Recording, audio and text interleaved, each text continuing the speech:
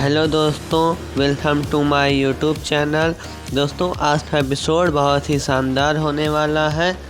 सूरज कमरे में आता है और ईसा से कहता है कि ईसा जी, आप ये अच्छा नहीं कर रही हैं। मैंने आपकी और ताई की सारी बातें सुन ली थी। सूरज तकिया और चादर लेकर सोने के बाहर जाता है। तभी ईसा अपने साड़ी के पल्लू से सूरज के हाथ को बांध लेती है और अपनी तरफ खींचती है। सूरज बेड पे गिर जाता है। तब ईसा कहती है, तुम्हारे नखरे और ये बालों पे झजरे का भार मुझसे बर्दाश्त नहीं हो रहा है। अगर तुम अपना ब्रह्मचर्य सही सलामत चाहते हो तो मेरी मदद करो इन्हें मेरे बालों से निकालने में। तभी ईसा कहती है, तुम मेरी मदद करो वरना तुम अभी जिंदे हुए ब्रह्मचारी हो, कुछ समय बाद मरे हुए ब्रह्मचारी सब तुम्हें कहेंगे अगर तुमने मेरी मदद नहीं की तो।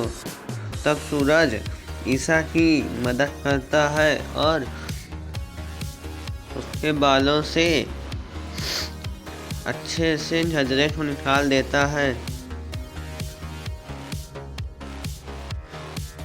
ईसा कहती है, तुम्हें थैंक यू बोलने का तो मन नहीं कर रहा, पर बोल देती हूँ।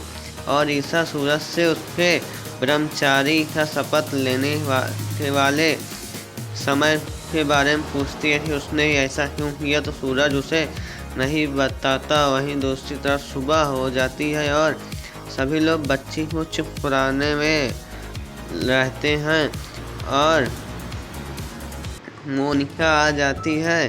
तभी ताई माँ मोनिका से बच्ची को दूध पिलाने के लिए कहती है तो मोनिका मना कर देती है कि बच्ची दूध पी ही नहीं रही है। तभी ताई माँ बच्ची के लिए बोतल का दूध लाने को बोलती है। तभी ईसा आ जाती है और बच्ची को ईसा ले लेती है।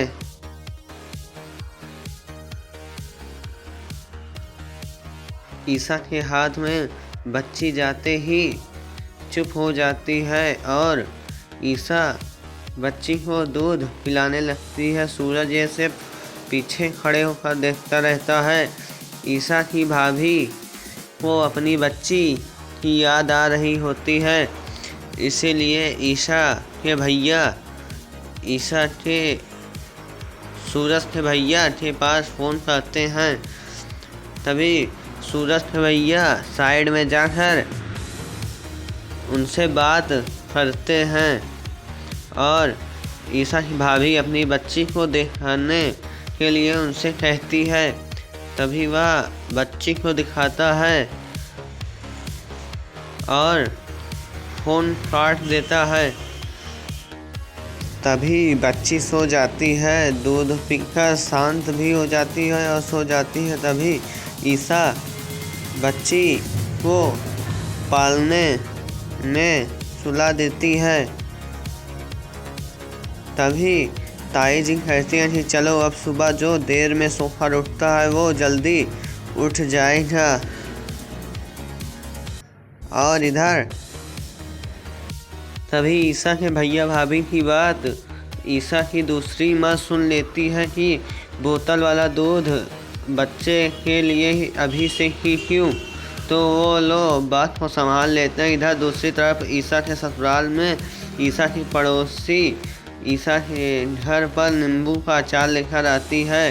तभी वह बोलने लगती है कि घर में तो लक्ष्मी आई है, लेकिन घर की बेटी अपने ससुराल से आकर घर में बैठी है।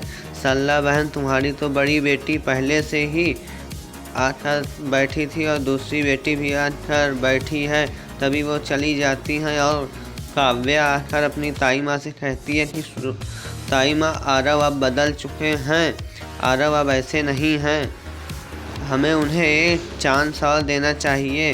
तभी ईसा ऊपर वाले से प्रे करती है कि सब ठीक हो जाए। ईसा के भैया भाभी मोबाइल में शॉर्ट वीडियोस देख रहे होते हैं और हंसते हुए बातें करते हैं अपने सपनों को लेकर और मज़े से चाय पीते हैं। तभी ईसा के सास ससुर बातें करते रहते हैं कि उन्हें आरव को मौका देना चाहिए ही नहीं। तभी ईसा भी वहाँ पर आ जाती है और उनके बीच में बोलती है। तब ताई माँ ईसा को डांट देती है और ईसा के ससुर से उन्हें एक मौका देने के लिए कहती है। काव्या भी आरव को एक मौका देने के लिए कहती है। सूरज लेकिन इस बात के लिए तैयार नहीं होता। तभी ईसा बोलती है कि मेरे और सूरज के रिश्ते में भी कितने उतार चढ़ाव थे। तभी ताई माँ अपने देवर से कहती है कि हमें आरव को एक मौका देना चाहिए, वरना बड़ी बेटी तो आकर बैठी है, छोटी बेटी का भी ससुराल उजड़ जाएगा। तभी सूरज कहता है कि मेरी दोनों बहनें मुझ पर बोझ नहीं हैं। तभी ईसा अपने और सूरज के कुछ पिछले बातें बताते हैं कि सूरज उसे कैसे अपना पीछा छुड़वाना चाहता था और उसे घर से निकालने के लिए कितने पैतरे चलता था। तभी सूरज कहता है, अच्छा आपको ये सब याद है, लेकिन मैंने आपके लिए जो मिनरल वाटर था पूरा लाकर रख दिया था वो नहीं याद है। आपके लिए दवा भी लाया था, ये सब आपको नहीं याद है। तभी सूरज और ईसा के बीच में बहस होने लगती है।